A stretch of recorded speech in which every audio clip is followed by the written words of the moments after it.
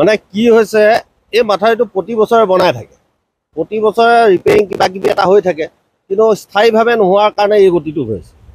এইটো মানে কি এতিয়া এই যে পানী যে বাঢ়িছে, এই যে সোমালে গোটেই অঞ্চল প্লাৱন হ'ব। তাৰ ফলত কি হ'ব, গোটেই খেতি বাতিটো বাৰু এতিয়া আৰম্ভ হৈছেহে, সেইটো বেলেগ কথা, কিন্তু মানুহৰ ঘৰুৱা সম্পত্তি বহুত সাংঘাতিকভাৱে 2020-22ত যিটো বানপানী হৈছিলে সেই তেনেকুৱাই হ'বগৈ অৱস্থাটো। এইটো পটিয়াবামৰ মাথাউৰি বুলিয়ে কয়। এইটো আজিৰ পৰা 90 চন মানতে বনোৱা হৈছিলে। 90 চন মানতে এইটো ৰিপেয়াৰিং কৰা, তেতিয়া সম্ভৱ AGP চৰকাৰ আছিল নেকি, তেনেকুৱা দিনতে আমি সৰু আছিলোঁ, প্ৰায় সৰু মানে কি জানা বুজা হৈ আছিলোঁ। সেই তেতিয়াৰে মাথাউৰি এইটো, এতিয়া খালি কেতিয়াবা ৰিপেয়াৰিঙৰ নামত মাটি অলপ পেলোৱা হয়, সেইটোৱে আৰু। এইটো প্ৰায় এতিয়াৰ পৰা 2-2.5 ঘণ্টা আগত। এতিয়া চাওক আপোনালোকে কেনেকৈ মাটি কৰি আছে, চাওক আপোনালোকে চাওক। এতিয়া আমাৰ পটিয়াবামটো আছেই, নিয়াৰবাদ আছে, চাংজুৰীয়া আছে, কহাগাঁও আছে, কাঠকটীয়া গাঁও আছে, আৰু সিফালে পটীয়া পথাৰ আছে, নগেয়া পাম আছে, প্ৰায় 8-10খন গাঁও এইফালৰ পৰা প্লাবিত হ'ব। সিফালৰ পৰা আকৌ নিশাৰী বাঢ়ি আছে বুলি শুনিছোঁ। নিশাৰীও যদি হেঁচা দিয়ে তেতিয়াহ'লেতো অৱস্থা আৰু কাহিল। যিহেতু প্ৰত্যেক বছৰে আপুনি এটা উল্লেখ কৰিছে যে প্ৰত্যেক বছৰে মানে ইয়াৰ মেৰামতি কৰিহে থাকে, কিন্তু স্থায়ীভাৱে কোনো কাৰণে মেৰামতি কৰা নাই আজিলৈকে।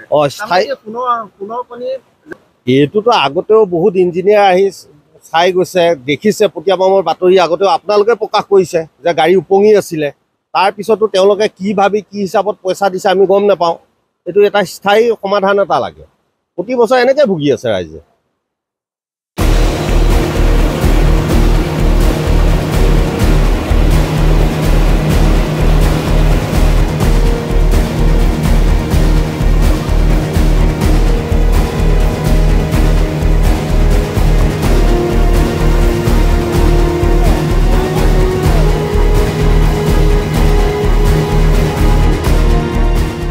মানে কি হৈছে এই মাথাউৰিটো প্ৰতি বছৰে বনাই থাকে, প্ৰতি বছৰে ৰিপেয়াৰিং কিবা কিবি এটা হৈ থাকে, কিন্তু স্থায়ীভাৱে নোহোৱাৰ কাৰণে এই গতিটো হৈছে। এইটো মানে কি এতিয়া এই যে পানী যে বাঢ়িছে, এই যে সোমালে গোটেই অঞ্চল প্লাৱন হ'ব।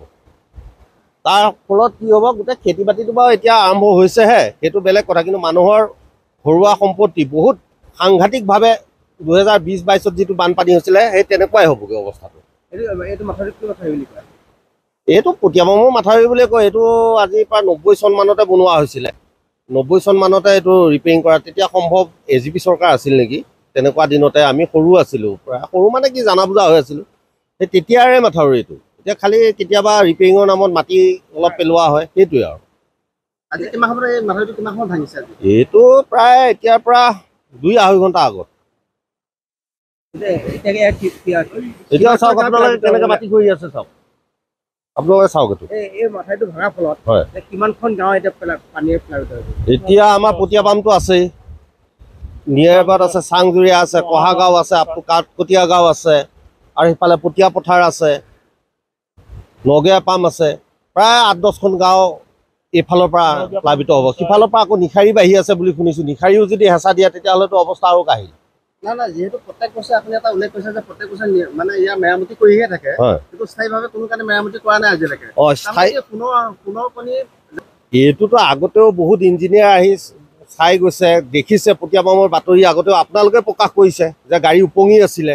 তাৰপিছতো তেওঁলোকে কি ভাবি কি হিচাপত পইচা দিছে আমি গম নাপাওঁ। এইটো এটা স্থায়ী সমাধান এটা লাগে। প্ৰতি বছৰে এনেকৈ ভুগি আছে ৰাইজে।